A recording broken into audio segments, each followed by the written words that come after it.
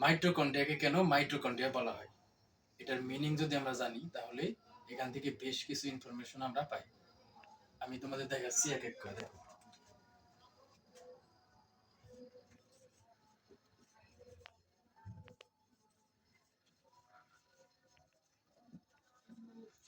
Mitochondria শব্দটির দুইটা part এখানে আছে, একটা হচ্ছে মাইটো আর একটা কন্ড্রিয়া।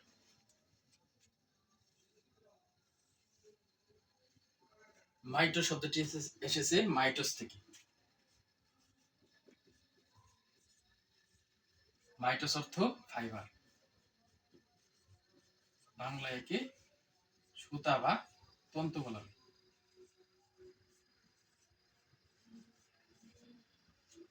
তাহলে আমি যদি তোমাদের বলি মাইটোকন্ড্রিয়া দেখতে কেমন, তাহলে কিন্তু আমরা সহজেই বলতে পারবো মাইটোকন্ড্রিয়া হচ্ছে সূত্রাকার বা তন্তুময়, তাই না?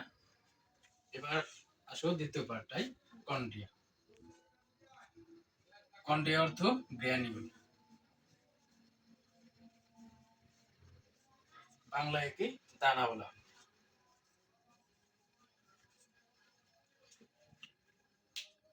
তাহলে আমি তোমাদের মিনিংটা দেখাচ্ছি কেন মাইটোকন্ড্রিয়াকে একই সাথে সুতা এবং একই সাথে দানা বলা হয়। ডান পাশে দেখাই,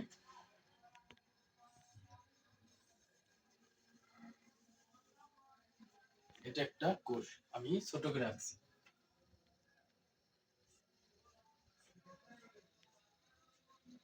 এটা হচ্ছে নিউক্লিয়াস। আচ্ছা, নিউক্লিয়াস এখানে লাগবে না, আমি ডিলিট করে দিচ্ছি। তাহলে বাকি হলো হচ্ছে মাইটোকন্ড্রিয়া। এই হচ্ছে মাইটোকন্ড্রিয়া। এটাকে যদি জুম করি তাহলে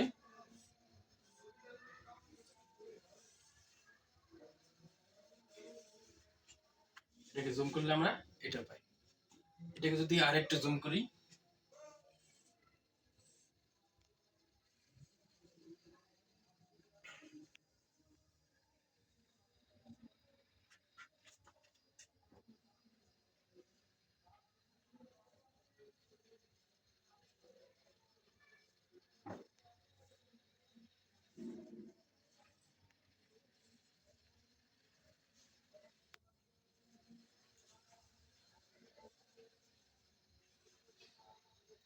তাহলে এই যে এটা পাই, এটা হচ্ছে মাইটোকন্ড্রিয়া। তাহলে একটু খেয়াল করো চিত্রের দিকে, এটা হচ্ছে মাইটোকন্ড্রিয়ার বাইরের পর্দা বা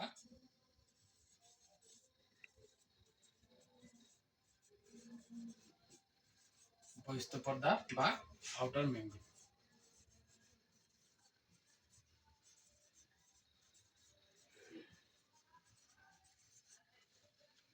আর ভিতরের দিকে যেটা দেখা যাচ্ছে এটা হচ্ছে অন্তস্থ পর্দা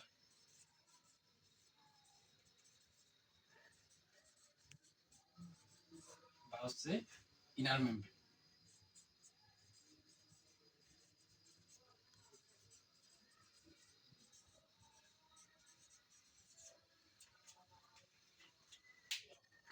একটা জিনিস খেয়াল করো, বাইরেটা কেমন দেখতে, সুন্দর, স্মুথ বা ফ্ল্যাট, তাই না?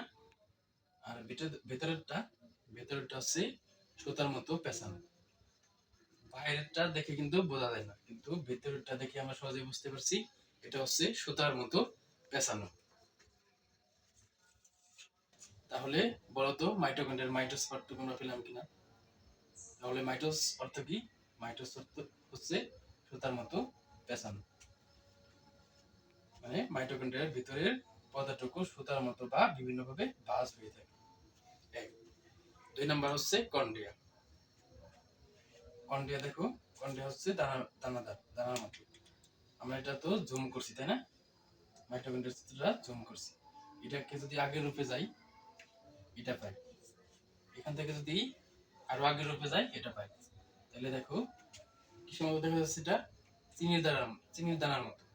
তাহলে মাইটোকন্ড্রিয়াকে যখন আমরা কোষের ভিতরে দেখি, ছোট অবস্থায় দেখি, তখন এটা হচ্ছে দানার মতো দেখা যায়, চিনির দানার মতো হচ্ছে মাইটোকন্ড্রিয়ার মিনিং।